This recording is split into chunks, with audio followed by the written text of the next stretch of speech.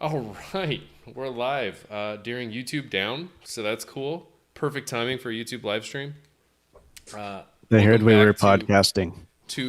Justin, this is our 33rd episode. Wow.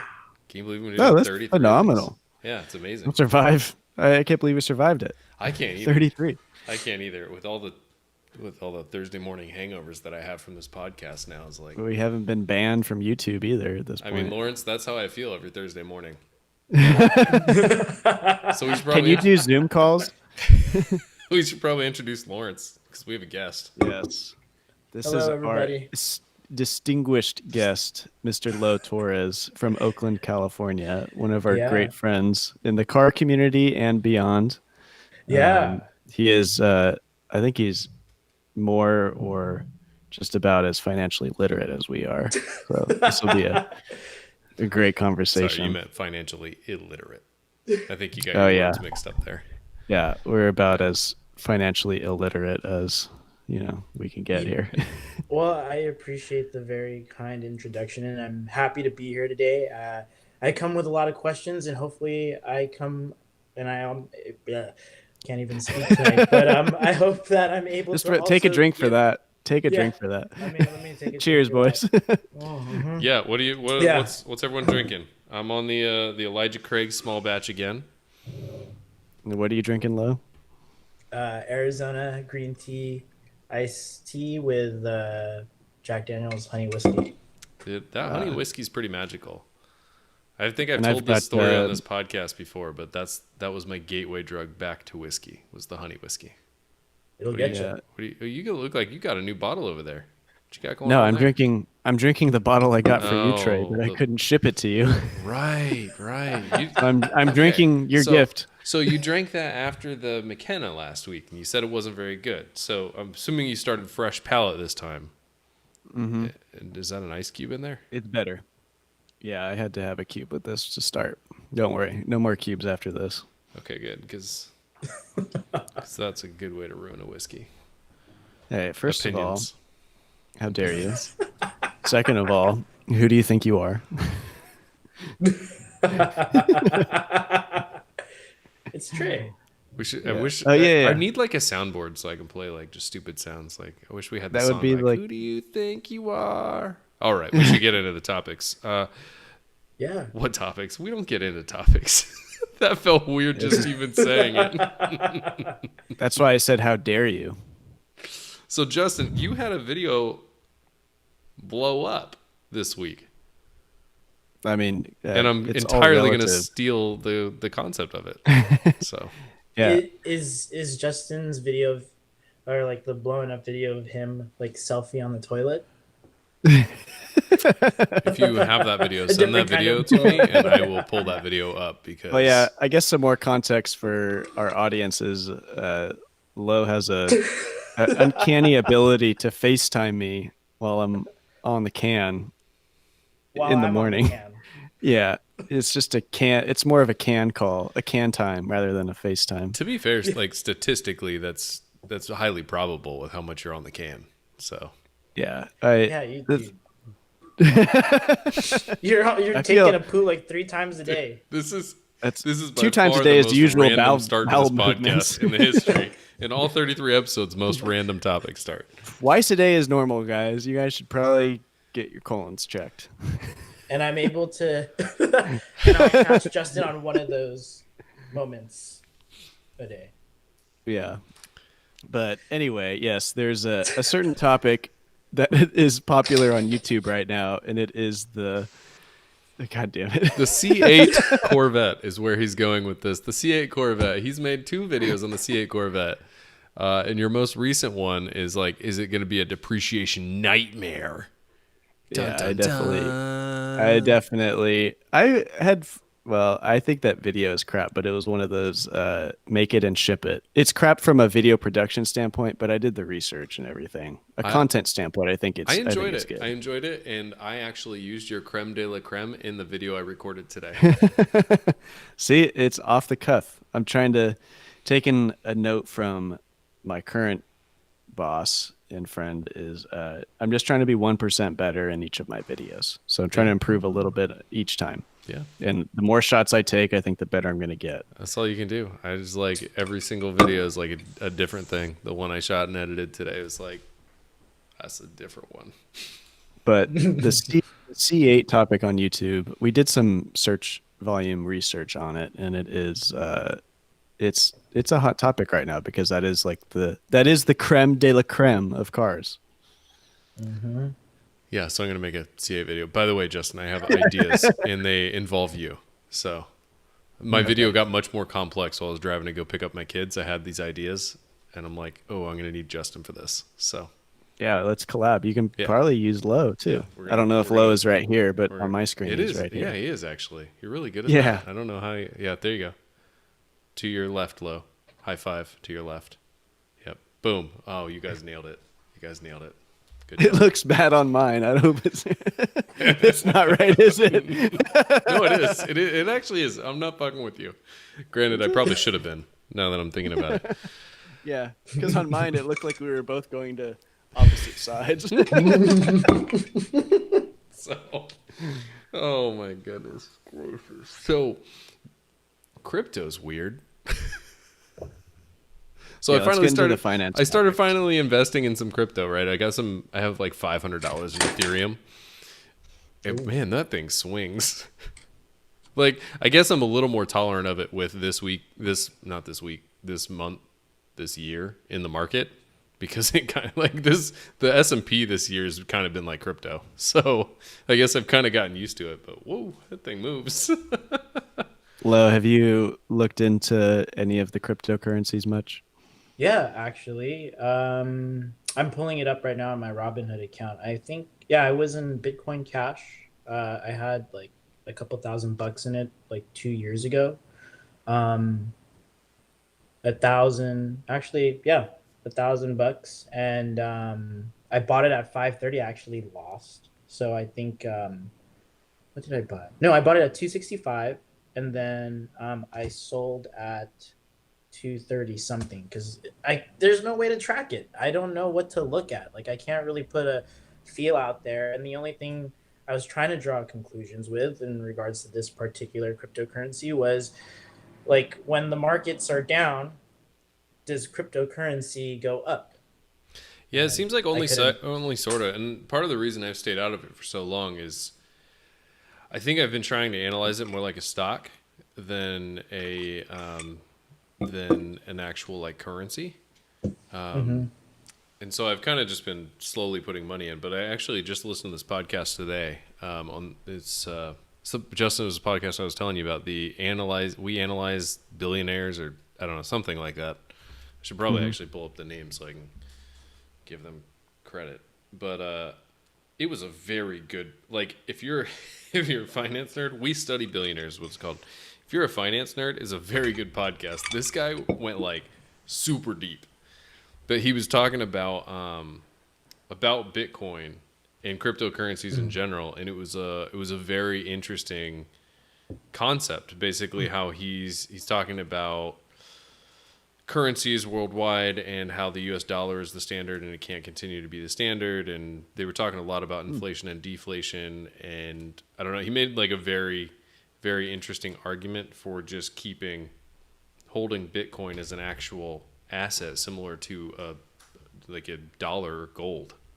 Yeah, that's what I was gonna say. So that's kind of the way I've been using it. So I've been using this app called BlockFi, trobrock.com/BlockFi if you want to sign up. Referral code. You get $10 in Bitcoin if you sign up. Use code Andu227. So I've been using them because if you deposit USDC, which is stable against the dollar, you earn 8.6% interest on it. And I always have an account going where I'm just storing up cash for like real estate investments or angel investing or starting a business, whatever it is. I need cash to do that stuff. So I'm using BlockFi for that. And you can also earn interest on other crypto, like Ethereum. So I started like dollar cost averaging basically into Ethereum. Sorry, I thought I heard one of my kids awake. and you earn like 5.6% interest on Ethereum. It's like 6% interest on Bitcoin, which is pretty cool. So I don't know. I've just been kind of playing around with it, more treating it like a cash asset that fluctuates in value against the dollar pretty heavily.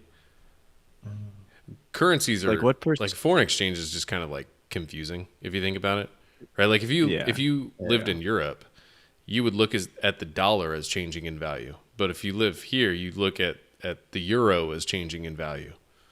Oh yeah. So it's like kind of like crypto. Like if you were like raised into a world where you only used crypto for things, you would look at the dollar as in changing in value against Bitcoin versus the other way around. So it's way more like on the Forex side of things than it is in the stock market side of things. And I think that's where it's been tripping me up on analyzing it and getting into it. Have you come across any guys that are like, what percentage of some of these bigger investors' portfolios are being allocated to It's crypto? getting very large. There's starting to be a lot of very large people getting into the space. He was talking about hedge funds are starting to get there. He basically was talking about this wall of money that's about to flow into Bitcoin as regulations loosen and things like that. That it just gets very, very interesting, especially with how much money we've been printing this year. Right. You know, the money printer goes burr. Well, it's the famous question, like, how do you make money? You just print it. You just print it. Obviously. Yeah. That seems silly. You just print more. Yeah. Or you could just have an OnlyFans, and that's a great way to make money. Lo, do you want to plug your OnlyFans account right now? Whoa. We only plug our OnlyFans. Come on. You know those are not two individual OnlyFans. Oh, man. I think I've told the OnlyFans joke on here before, and I told it to you, Lo. It's like... what happened to the stripper when her AC went out? She had OnlyFans. All right, it's probably a good thing we can't live stream this. Or the male. It could be like, yeah, what happened to the male stripper when his AC went out? He had OnlyFans. Oh boy! All right, I'm just gonna like mute Justin here. Lo, you had some banned. You had some stuff you wanted to talk about that was finance related that wasn't OnlyFans related. Yeah, let's move into that. Oh yeah. Well, a couple things. One, to your point about cryptocurrency, I think that's a really interesting perspective to look at it, because like you said, I look at cryptocurrency just like stock, and like I'm trying to figure out like on what basis will it go up or down, and try to like kind of pull some like conclusions to see like how the stock market affects vice versa. Nothing. The only thing I regret is, well, when I happen to have like a little bit of lump sum of play money, I mean, nobody will ever really tell or could tell at the time, but I think crypto went down to like 3,000 or something like that. And I was like, man, I only got 5 to play with. That really will set me over. And like, how do I know this is going to do really well? And this was 2 years ago, 2018, fall of. And so I heavily invested in Tesla and stuff, and it worked out really well for me. But when I look at like how much like one crypto is today, it's $15,000. So yeah, well, that's the other cool thing about crypto is that you can buy such, it's like we just got fractional shares to be common in the stock market, but you can go super fractional shares in crypto, which is really interesting. Right, you can buy $1 of Bitcoin. Bitcoin's like 10, 13. I don't actually know the latest price, but a very large number, and you could buy $1 of it. And you get 0.0000000000001. That's an exaggeration, but it's cool because it's like low barrier to entry. But yeah, that shift of like looking at it like a foreign exchange versus a stock has helped me a lot, and also starting to look at it more long term, because Bitcoin has outpaced every single asset class in the market this year. Yeah. And why do you think? Yep, it's beat gold. It's beat the NASDAQ. It's beat the S&P. Bitcoin's done 90% this year. Yeah, Lo, you were asking why? Why do we think that? I'm not going to pretend like I know anything about this. But I'm not invested in crypto, so I have no idea. I mean, I think part of it is the uncertainty in the markets. Part of it is the money printing, and part of it is just the hype. There's a lot more money flowing into it every single day. It's becoming more accessible to flow into. More people are learning about it, like myself and people that have a lot more money than myself. You know, what's his name? Runs Square and stuff. Jack Dorsey. Jack Dorsey. He bought like millions of dollars of Bitcoin, and there's lots of other very wealthy people that are getting into it. Hedge funds are starting to get into it. There's just lots of money flowing into it, which is going to keep pushing the price higher. The other thing I find really interesting about Bitcoin specifically is that, and I never knew this until like a couple months ago, is that there's a finite number of Bitcoins. What? Yeah, so it's like gold. There's a certain point in time at which all of the Bitcoins will be mined. Wow. And they can no longer mine any more Bitcoins. So because it's a finite resource, that it makes the value a little easier to understand. Yeah, because you don't have to really adjust for inflation. Am I correct in saying that? Because it's finite. You can't print more of it. Yeah. You can't make more of it. Right. I love that. Yeah. We had to create this digital thing that is more true of a finite resource than some of our other so-called finite resources. Yeah. So one interesting thing I learned about in that podcast about the gold standard. You're familiar with the gold standard, right? Yeah. So back when every dollar was tied to gold, Yes. there was actually a multiplier that the government would adjust. So it wasn't any different than we do today with the dollars, except we like loosely were like, oh yeah, no, but it's backed by gold. But now a dollar's worth half a gold. Yeah. And tomorrow it's going to be worth 3/4 of a gold. I'm like, oh, that's interesting. I just kind of always assumed the gold standard was just like a set thing and it never changed, but it's actually something that we changed. And then I also learned, it was very interesting, and I want to research this a lot more and talk about it more in a future date, is over the since, I made a note because I found it so intriguing of a statement that he made. Since 1974, real, like, inflation-adjusted wages have not gone up in the United States. Which is a very interesting thing if you really think about it. Yeah, Since the 70s, real wages have not gone up. You know, I'm going to take it back to my high school econ teacher, and I think she pretty much tied or summed it up in like, all right, think about like how much you're making at your high school job and how many hours you have to work to afford a single movie ticket on like a regular Saturday, Friday evening, right? And ever since she said that, it kind of fucked me up because now I think like, man, like 1 hour of work equals like, you know, a third or a quarter or a sixth of a movie ticket. Like, holy shit, that's so crazy. Yeah. So yeah, no, yeah. And then she's like that she did that to kind of help us kind of put into perspective the concept of inflation. Yeah. So we were about to dive into things that you had to talk about before we went real deep on this crypto thing that none of us know anything about. It's just the only thing I know is like it's kind of shoulda, coulda, woulda. So everything is. That's why you just put your money in and just let it ride. Let it ride, baby. If you believe in it, just put your money in and let it ride. Let it ride.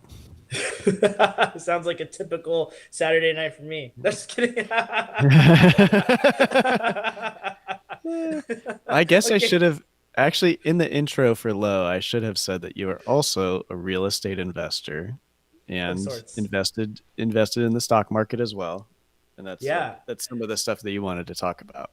Exactly. And before I started to stutter on my intro, I would say that hearing your guys' story and like kind of trying to figure out how to make your money work for you, I've actually been quite inspired by the moves you made. So, which is why I've invested a little bit in the stock market, and which is why I decided to instead buy a Ford GT. I bought a house in Florida. So,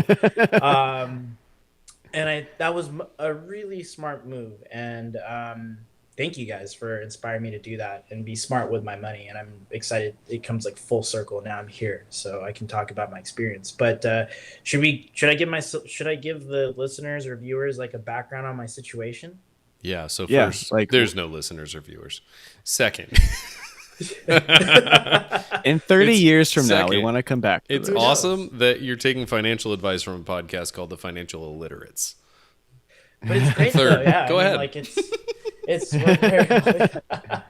I mean, it couldn't hurt, right? I think you guys will know, or if, I feel like you guys know a little bit more, if not a lot more than I do. So I'm learning as you guys are learning as well. So, but my background is a couple years ago, 2018, I happened to lose my father at an early age, his age, I think it was like 50 something. And I actually came into some wealth. So he had a really nice life insurance policy that paid me out. And June 30 on my birthday, he gave me a wonderful present that I'll never forget. Not only did he pass on my birthday, but he also left me a lump sum of money, I guess, in his legacy. So deep down inside, I'm like thinking to myself, like, I'm given this money. It feels like the world is my oyster and I can do what I want, but I want to make sure that what I do with this money is gonna help for generations of Torreses to come, right? So I want to create Hmm. generational wealth, but also make my father proud and not buy a Ford GT. So but and I'd like to, and I don't really disclose this information all too often, except for the folks who are close with me. So it feels kind of good to open up about this. I often just kind of like lie and just say like, yeah, I happen to make money off the stock market. I'm doing well. But so the money that was left behind was somewhere north of like 1.5 mil. And so, and it's been quite a journey through working through, and the location that I'm seeing at right now is his condo, which I'm still paying a mortgage on. But I wanted to lock the money away from myself and my sticky fingers because I have really expensive hobbies. Two, I wanted to make sure that I had this. My dad always told me like, the whole goal in life is like, you've made it when you're making money while you're asleep. And also the second goal, especially with your career, is if you can work less but make more. That's the goal. So that always resonated with me, and so I wanted to kind of work towards this Hmm. dream path that he's kind of put in my head. And so I put about a mil with financial advisors at Merrill because I didn't know what to do with it. Not too many family members of mine have that kind of money that just fall into their lap. And then I've also had to kind of work a little bit and figure out, okay, like now the financial advisors gave me a lump sum of money to play with. Like, what do I do with this? And then, yeah, and then I've dove into investment properties because that's how my mother's side of the family has their wealth. Grandma is crazy baller in the Philippines because she invested in property at an early age, and so I kind of want to follow in her footsteps, and it's worked out very well for her.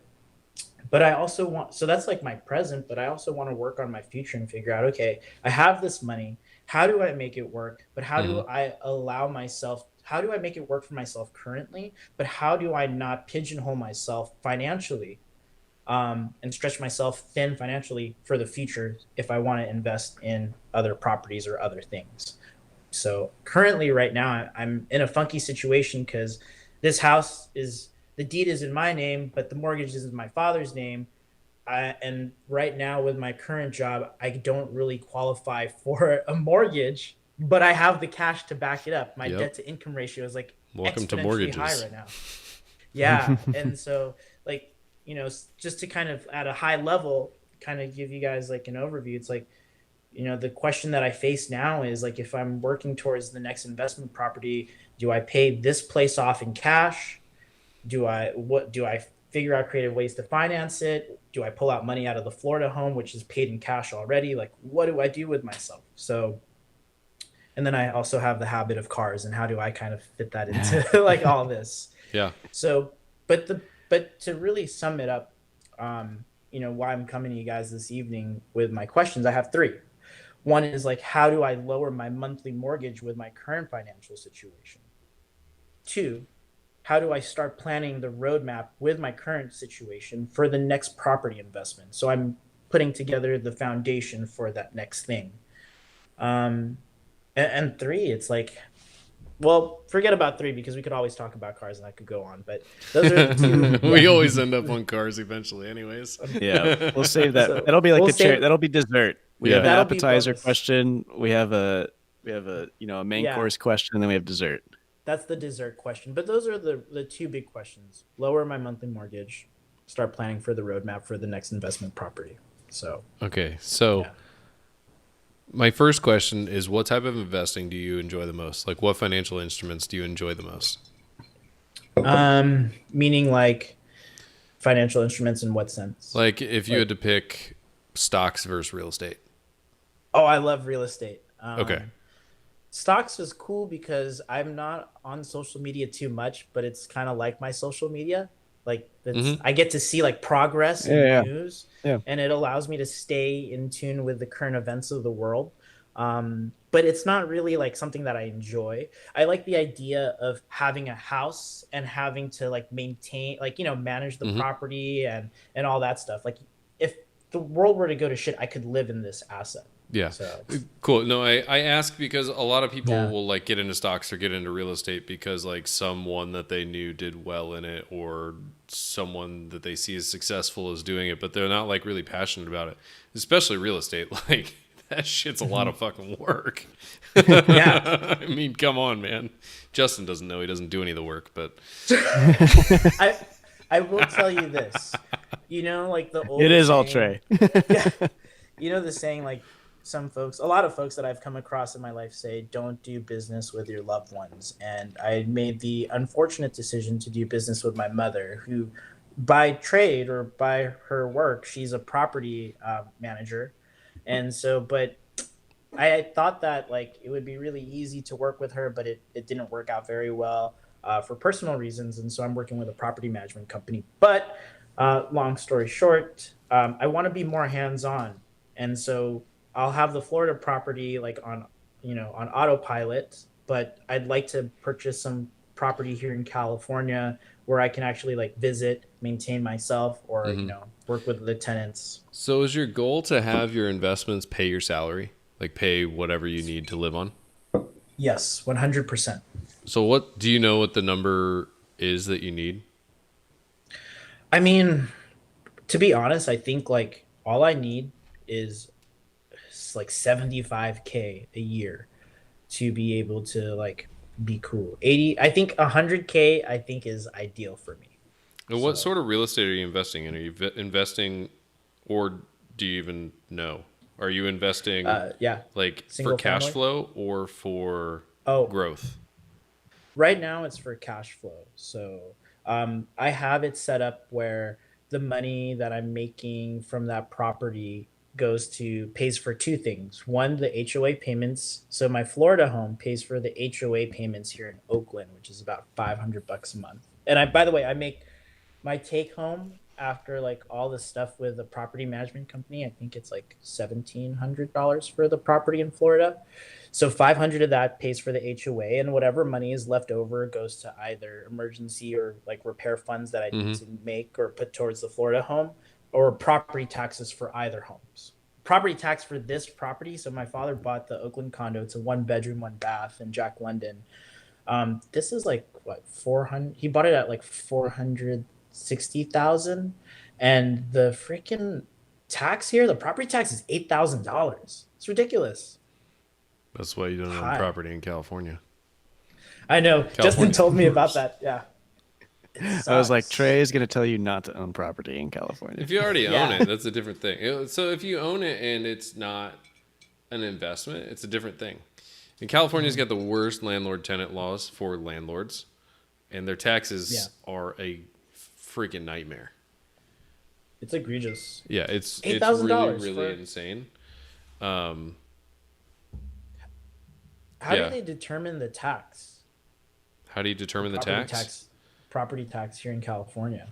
I mean, in California, you just assume like you're going to pay like 95% tax. That's an exaggeration, typical saying, but it's not far off, probably.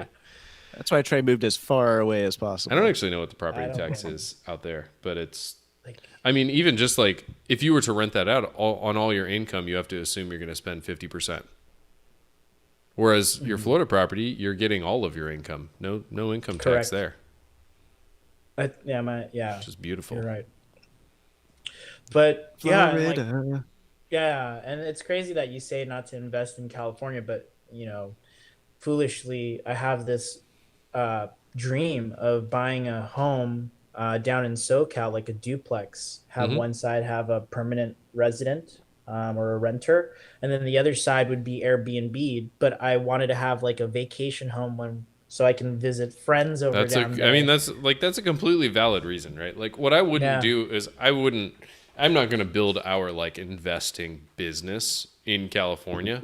You can. No. There's plenty of people that are really successful investing in California, but if we're going to invest remote, why not do it? One, I know Florida better than I know anywhere else because I grew up there. Like the house we bought is 5 minutes from my parents. So like I know that area really well. So that's a big reason to live there or to buy there.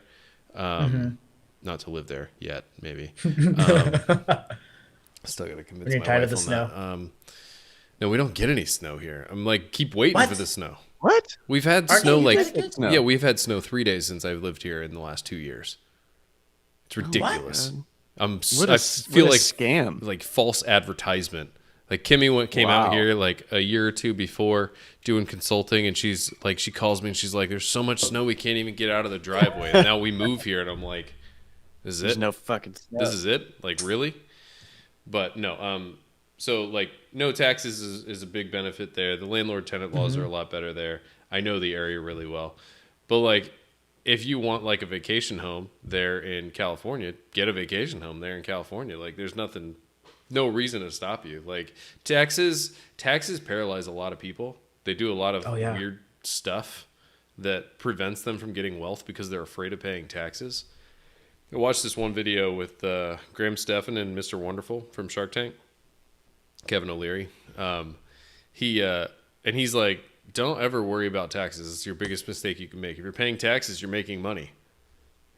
Yeah. And I completely agree with that. Like, you can learn the tax law and optimize it over time, but don't ever do stuff not to pay taxes. So I think that's completely fine. So $75K, you need, do you know what your cash on cash return is average on the properties that you're looking at? What's cash on cash return? Okay, cool. So we get to go over all the numbers. This is going to be fun. This is like my dream episode. We're going to be here for 5 hours. This is where we need like an intro reel where you're like, Trey's educational course on like with a drop down. Yeah. And it's like two of our heads. I'm just going to put this out there. I am not a financial advisor. I'm just a guy on YouTube talking to another guy on YouTube. So take this as you will. Entertainment. And that'll be black and white, like radio voice, because that's my preset. Okay, so wow, there's lots of stuff. Cash on cash return, and I can after we do this podcast, I can show you our spreadsheets that we use for doing all this math. Cash on cash return. So you put cash in to buy the property, down payment, closing costs, possibly remodel budget, things like that. How much cash are you earning annually from your property divided by that amount of cash that you put in? Okay, let me take a look. I mean, the house was like probably total put in since I bought the property in 2019. And I think I've just closed a year with the property. So let's take a look and see. So I bought the house for $260,000, but with all the other stuff, let's just kind of overestimate. So $275,000. And then I make about because you bought it for cash. $1,600. Yeah, I bought it for your cash on cash return is going to be absolute crap. I'm just going to warn you about this before we do this math. Am I going to have to bust out the tissues? So like your dollar amount per month is the same, but your percentage is going to be like horrible. Oh shit! It's like you're not even going to be a percent. 0.00. Yeah, I'm not even a percent. No. So like this is where leverage comes in the real estate market, right? Leverage is key in real estate. You know, if the house that we bought, we're making basically 0% cash on cash return. We're actually probably going to make negative because we're not investing for cash flow. We're investing for appreciation. So we're getting about $10,000 a year in appreciation at the house that we bought, 10 to 15,000 a year. And if you bought that house cash, you're looking at a 7% annual return, which is great. But we only put 20% down. Yeah. So we're actually getting a 14% annual return because of leverage. Yeah. Now, leverage can be dangerous too, just to put that out there. But I like leverage a lot. It makes sense, and that's leverage actually is what debt. I want to do. Yeah. But like Leverage is, in the form of I would mortgage. clarify, I would classify leverage as smart debt. Yeah. Smart debt. Yep. Smart debt for growth.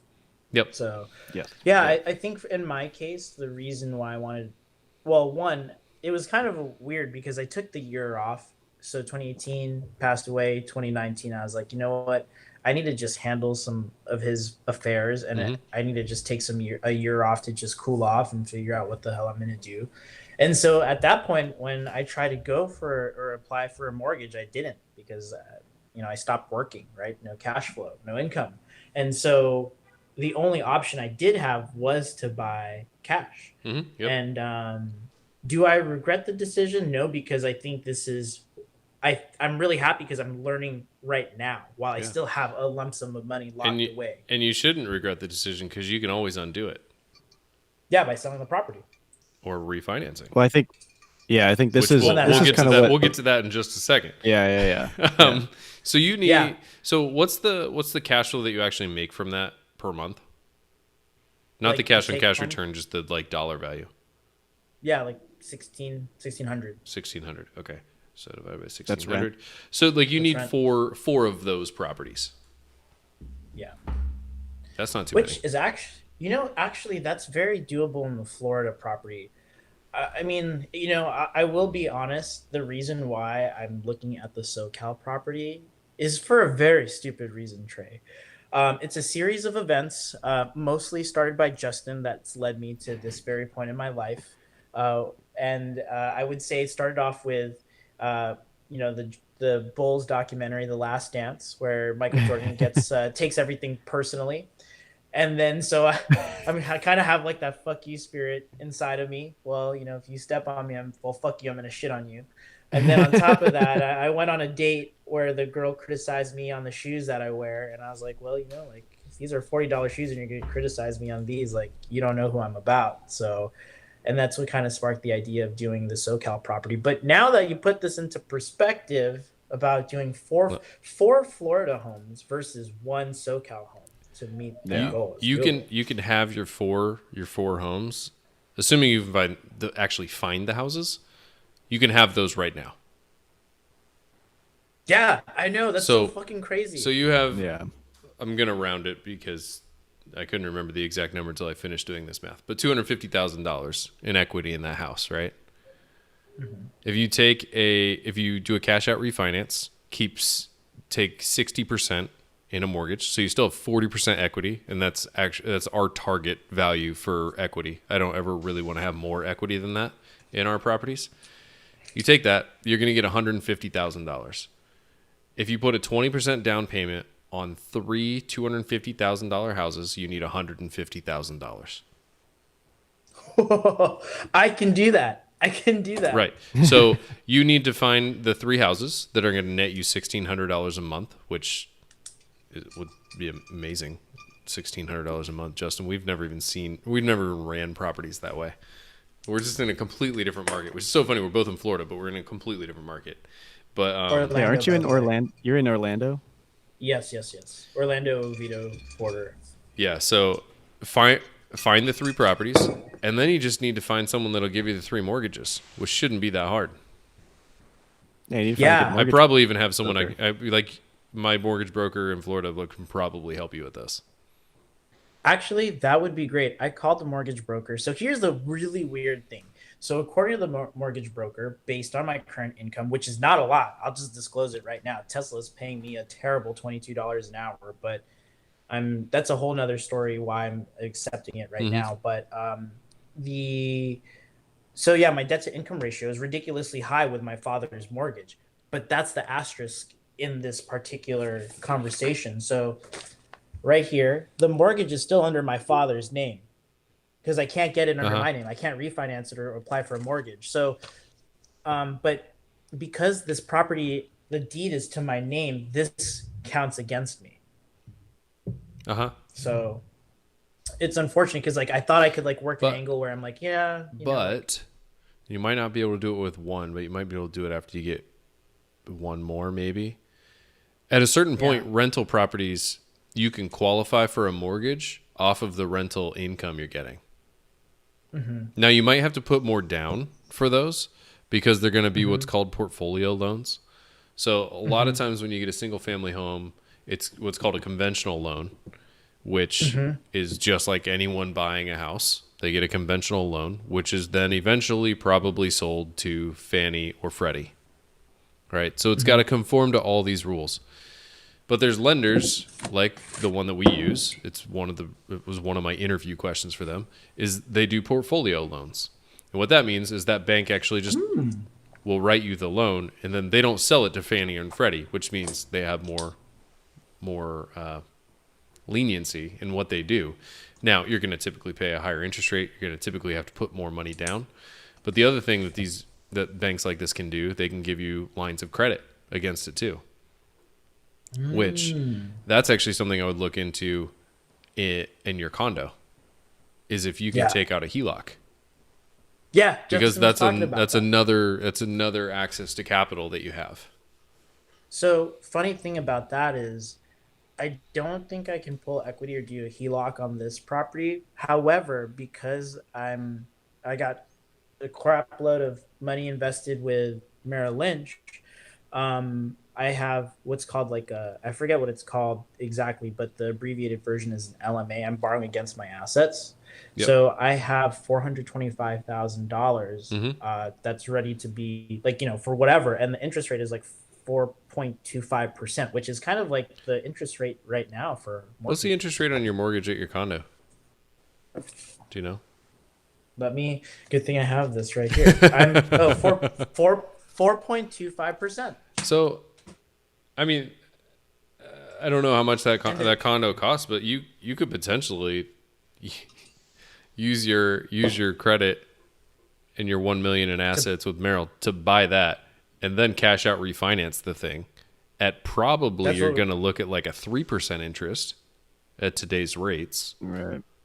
And then you have Yeah. the ability to take out a HELOC or you probably get cash back if you just cash it back at like a 60% or something like that. I don't know how far it's paid down, but that's another It's, potential to get some cash out.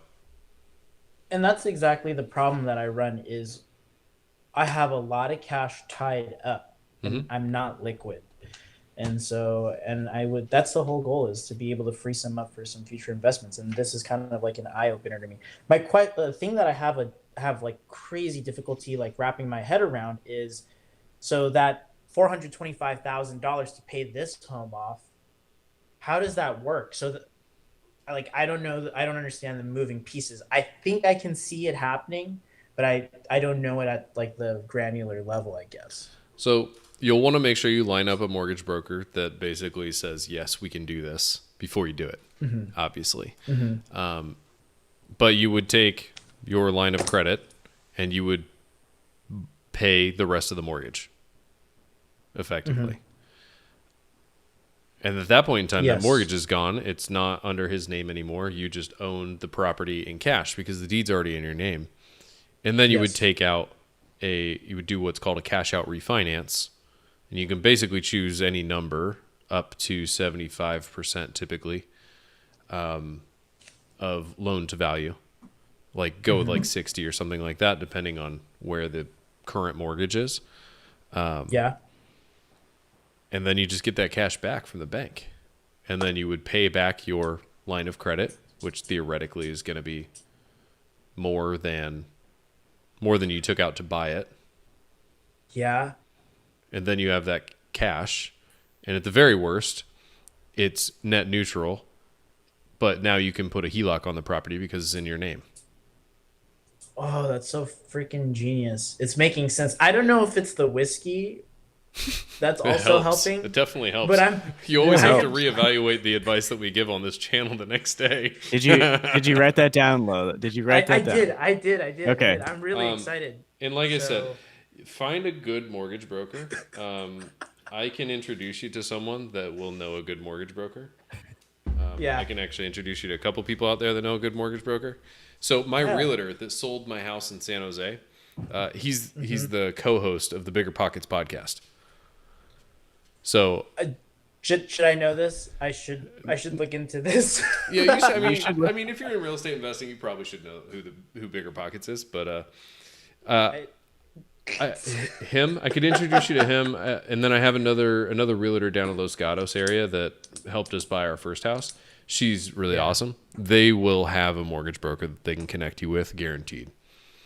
Yeah, it's kind of funny because the reason why I decided to go with Merrill Lynch to manage the money is because I thought like they were saying like, oh, you'll have like special access. Yeah, we're getting to like, Merrill Lynch in just a mortgage. little bit.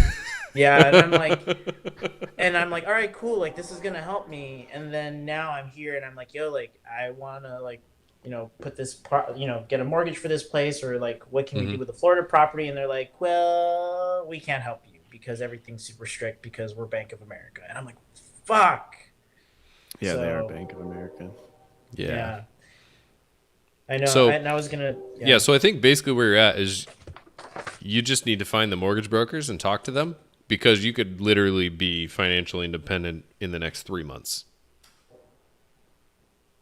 That's some crazy shit because Yeah, dude. I've never.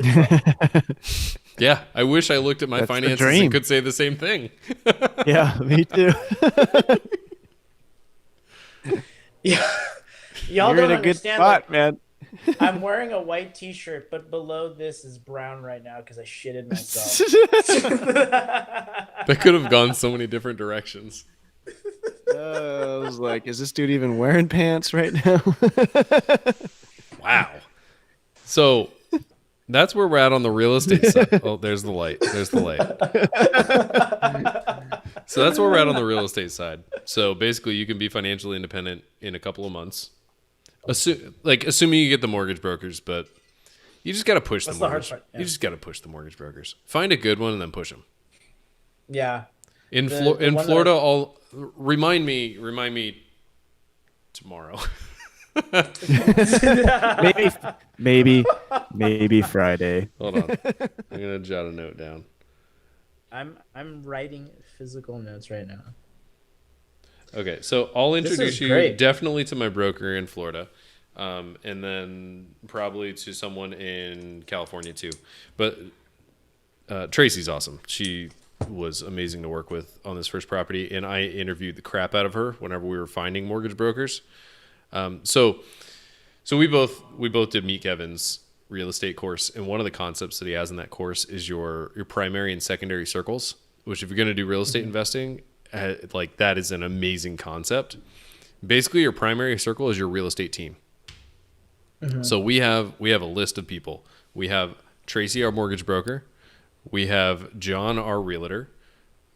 We have Megan, our lawyer.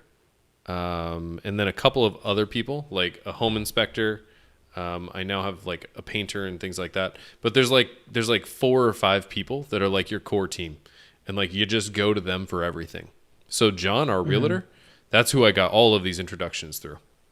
So I spent a long time, Justin can attest to this, a long time finding a realtor. Yeah. One that specializes in investing and that has all the right connections and everything there. That's where I use the Bigger Pockets forum to find some people there actually. And they recommended me to the guy that runs that company, and then I got passed off to John, who's been amazing to work with.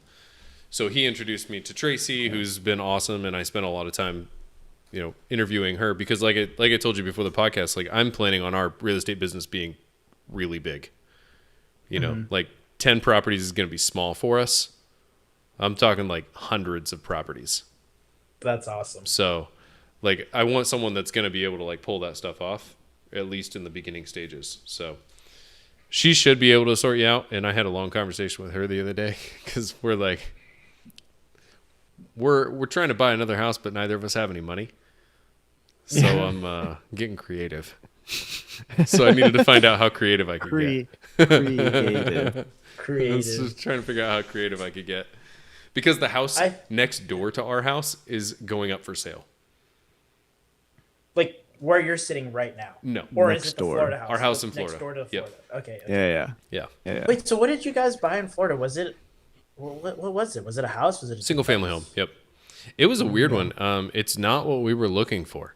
We were looking for something that was going to require a little bit of fixing up. And then this one just kind of popped up, and it's move-in ready. We had the whole interior painted because there was lots of paint and stuff. We had like carpet steam clean, but other than that, like it's done and ready and going to be renting out for about $2,000 a month. Hey, I just got a Just north Tampa of Tampa, area. Land O'Lakes. I just got a Craigslist hit. Did you? Trey. for a Porsche. Nice. Oh, never mind. Nice. no. I mean that's great. We have it's been slow to ramp up. Part of that's just been like we've kind of been behind the ball on stuff, so like we've had to pay 1 month of mortgage, which that's not fun to do. Yeah. That's not fun at all. But yeah, no, that's it was move-in ready, so we didn't really have to do anything to it. Myself and my parents are doing the property management. We have a whole property management LLC that's doing the whole thing. And then, we're just trying to find a tenant now. Yeah. And we're getting Well, that's gonna be awesome. nice 7% annual appreciation on the thing. So you get not only so it's $2,000. That's what you're gonna rent it out for, Yep. and then I feel like I'm slurring my words. By the way, I'm a super lightweight, so and I'm on like my second glass, and I did a heavy pour on myself. But so it's $2,000, and are you guys cool with like disclosing the number for the mortgage, the monthly? Yeah, we pay like $990 some for the mortgage. Ooh. That's pretty sizable. Wow, that's incredible. That's amazing. Well, yeah, and our cash flow monthly is negative $140. Which is still, that's still small in comparison. So Yeah. it's pretty good. Yeah, and like we plan to raise the rent 2% a year. We have modeled out 2% annual expenses increase as well. So, you have to factor, because like our actual cash flow is probably going to be positive, but we have to factor in we have to pay property management costs. This is going to get real interesting tonight. We have to factor in property management costs. We have to factor in maintenance costs. We have a massive HOA there. We pay like $300 a month. For It's HOA there. $280. But dude, our HOA annually? It's not annually. Every few years. Wait, Anally. damn it, Justin. I wasn't deciding on the word, guys. I was deciding on whether that's actually how frequently they did it. Our HOA does the entire roof. They just replaced our whole roof. What? They also do the exterior paint. They also do the landscaping. That's pretty solid. Yeah, don't so even know it's what the fuck like we my pay a HOA lot pays per for. month in the HOA, and that was a big one to factor in. But like we don't have to pay a landscaper or do exterior paint or ever replace the roof. The roof That's is an amazing. interesting one. Yeah, and it's nice because we just bought it. We just happened to buy it right before they were replacing the roof. Oh my goodness. What a score. Now I'm like, is the one next door, does that need a new roof too? No, Can we because just they do them that all right in a before? stretch. So they're all done. Yeah, they did our whole street. That's Lo, if we don't buy that one, maybe you should buy that one. It's not on market yet. The guy already has my number.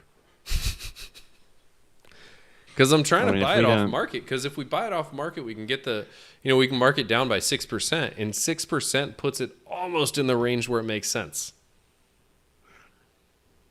That's interesting. And even from like a property management perspective. Also, it's this nice wouldn't be a having good houses one for next Lowe to each because other. he's looking for cash flow. He's not looking for appreciation. Yeah. Oh, yeah. Never mind. He should stick in his area because he's obviously getting good cash flow there. And you're gonna Actually, have surprisingly, yeah. you're gonna have scale there. If you get 4 properties near each other, it's the same reason I'm trying to buy the house next door. Like, then How convenient. they're all in the exact same place. So, Yeah, so you're pretty much good on that real estate. You just got to find some mortgage brokers. Then we need to talk about Merrill. Yeah, hit me with it. Well, wait. What do they have you invested in? Dude, it's a shit ton of things. I don't even know. Like that is the answer I thought you were going to give me, and that is the answer I hate. I ask my mom this sort of question because they have someone doing some money management too, and I'm always like, "What are you invested in?" She's like, "I don't know." I'm like, "Why don't you know? Send me the statement." Yeah. She did eventually, and it was actually not bad, but. I could take a look right now and tell you, but it's like a bunch of. And you're paying funds. You're paying them a fee, obviously. 1% of the 1% overall. Yeah, overall invested. So they get roughly $10,000 a year. Dude. Oh shit. Dude, we need to get that out of there. Okay. My only my problem that I have right now is like I'm afraid that like I know that at the beginning we talked about tax and don't be afraid of tax, but that's a lot of money to pull out and get taxed. You don't have to pull it out. Right? You transfer it to another brokerage. Yep. You do what's called an ACATS transfer. Dude, I've done 5 of these. It's not nearly it's not that amount, but yeah, you basically just transfer brokerages. Yeah, so what happens is the actual assets will get transferred to the new brokerage. So you never sell and you never buy. What? Yeah. Yo, this is already beyond me at this point. So you could transfer it over to M1 Finance is my favorite. I love M1 Finance. Also, they give you an amazing borrow line, so you would still have access to that because that's something you would be giving up if you moved away from Merrill, right? What percentage of your capital do they give you access to? Let me take a look. I mean, what's 425,000 out of 1.2? Yeah, so 40% ish. Yes. So with M1, you'd get 35%. The interest rate rate the interest rate at M1 is 2%. What the fuck? Yeah. That's incredible. I almost always have my M1 Finance borrow line have a balance on it because it's the cheapest money ever. I like that phrase. It's the cheapest money. It is. I mean, it just is.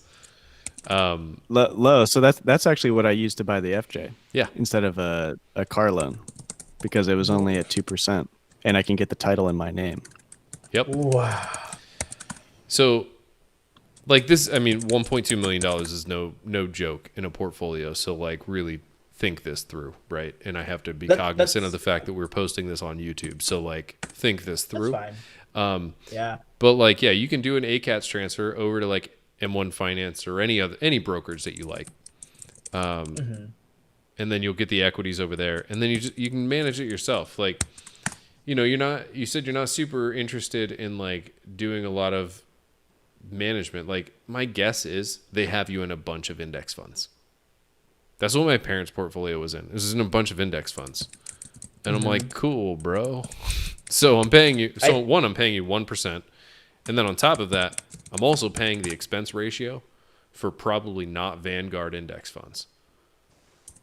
What is a Vanguard index fund? This is Justin. You should have brought him on sooner. He's a busy guy. He's a busy guy. Not really. You know what an index fund is, though, right? Yeah. Okay. So Vanguard's just a company that offers them. Vanguard is known for their low expense ratios. They typically have 0.02% expense ratios, things like that. Whereas you can get into mutual funds that are in 0.5%, 1% expense ratios. And an expense ratio is just a fee. Yeah. So it depends on what they have you in. You might have a big enough account that they're picking single stocks, but I highly doubt it. I bet you they're in index funds. I think and if they're in index funds, it's well, what am I paying you 1% for?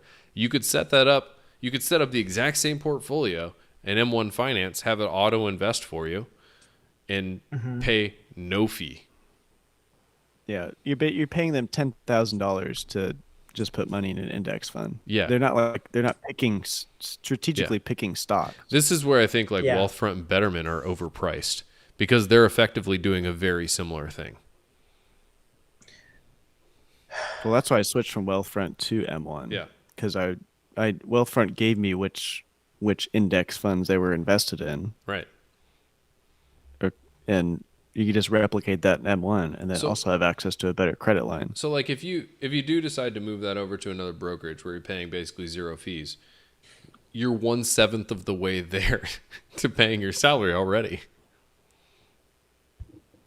Yeah, that's $10,000. And- Like and at that size of a 1 million. portfolio, that's $10,000 is 1 million. that's a sizable amount each year. It is. What it you is. you said you had like 1.2 million? Yeah. I mean, dude, you should be making $48,000 a year just from dividends. So I think this year with coronavirus, yeah, they made. I remember like I was doing pretty well. I don't even remember the numbers, and at this point, I'm trying to log in, but You should I don't be know if you I'm should be drunk. up at least 25%, Yeah. like from, well, I can say this definitively, from March until now, you should be up at least 30%, probably 40% to make their 1% fee worth it. Because my passively managed portfolio is up like 30% since March. I'll have to take a look. I locked myself out of my account just right now. No, blame it on the whiskey. Blame it on the alcohol. Yeah, so I mean that's definitely a place I would. That's definitely a place I would think, because like $10,000 a year is no joke to be spending just for someone to put your money into index funds. I mean, like what I've seen so far is when I get my emails on like when they're making like moves or whatever, it's like BlackRock funds or Goldman Sachs funds or Which stuff are like that. all expensive. So, yeah, so I think like for me at the time I mean I find myself financially illiterate, but I think at the time I just freaked out and I was like No, the thing is, like, there's a lot of money I think in what my you did hands. was smart. You got it somewhere where you weren't going to touch it. Someone that, I mean, like, their portfolio probably makes sense. So, like, it makes At the time, sense. yeah. Now you're just in, like, the optimizing phase. So, like, Yeah, I that think that was the right thing to do. It's way better than sitting in a bank account. So when I sold our house in San Jose, I got like a $270,000 profit, something like that. And my biggest fear was exactly the fear that you were talking about. There goes Justin off to his second trip. maybe third. Yeah, probably third. Is exactly the fear you were talking about, where I was afraid that, like, if I just had all that money sitting in a bank account, I'd just end up spending it.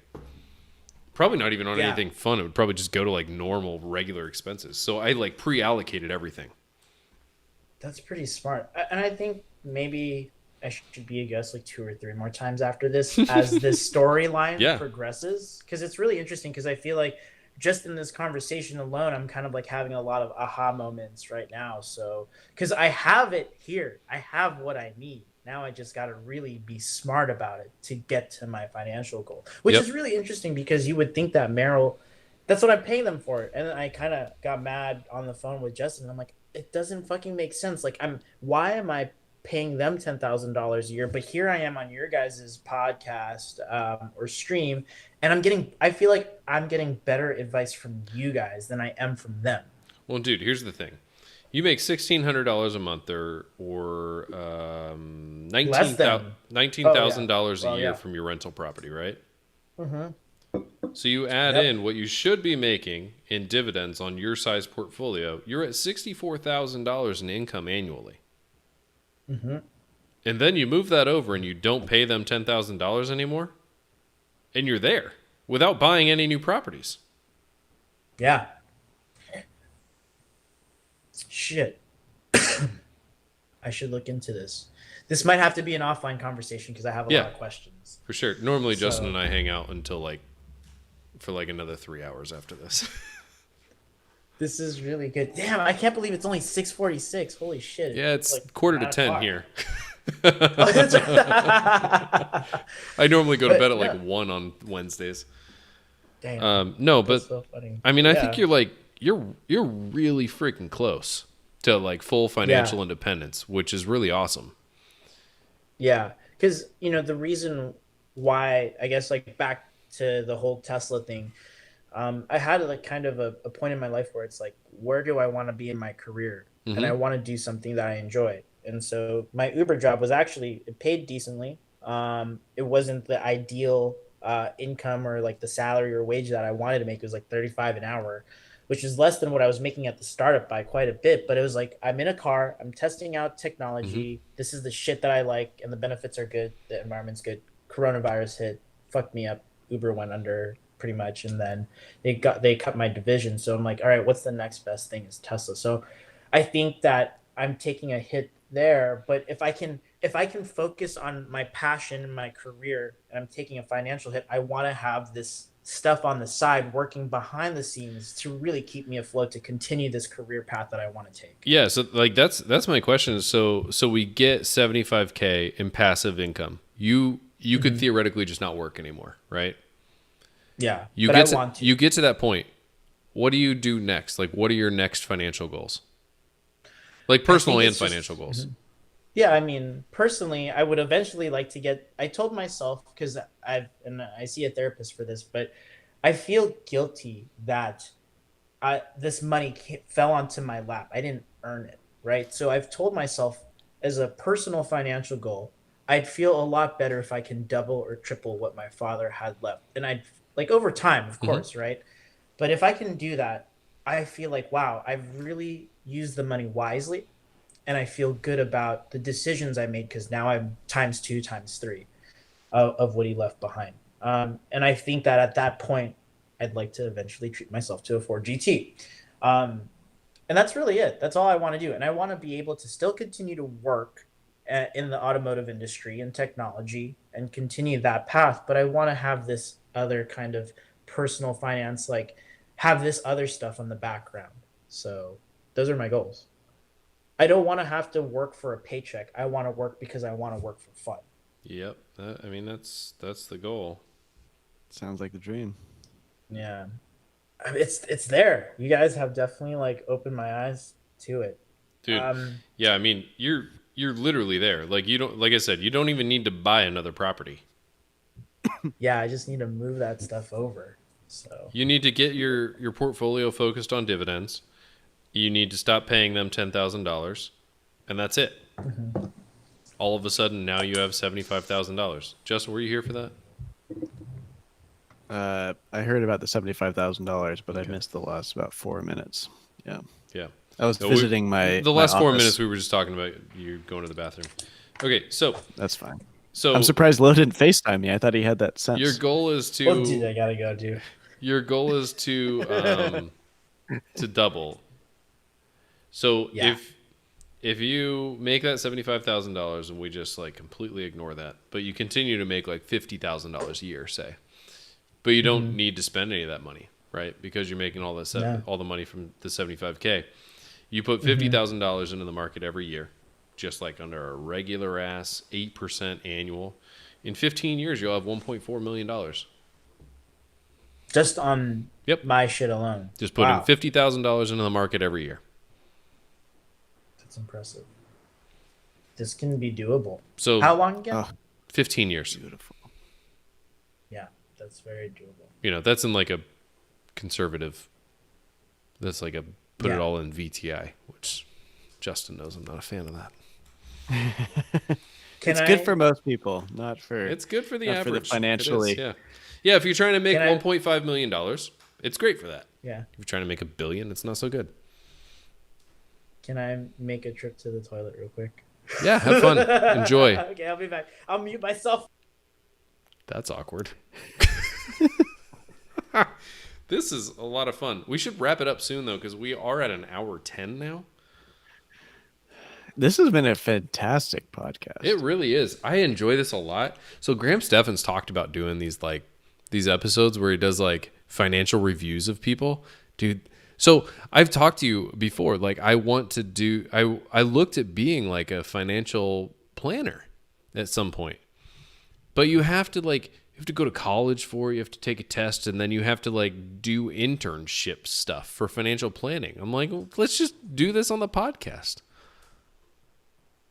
Financial I think planning. this is the perfect spot. Yeah, it's amazing. I love This it. is this has been really great. Um, Yeah, I'm I excited to learned have a you lot back just sitting here. once you get this stuff moved around and hear your experience and see you be financially independent.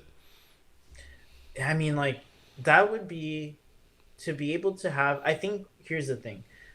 I currently have my finances in a safe place, or like my assets in a safe Hmm. place, but I don't feel like I'm in control of it, and neither do I feel like it's optimized to really grow towards my financial Yep. goal. So I think that this conversation has been great, and hopefully within the next 6 months to a year, hopefully sooner, I can get all this shit sorted out and have a follow up story and tell you how it's going.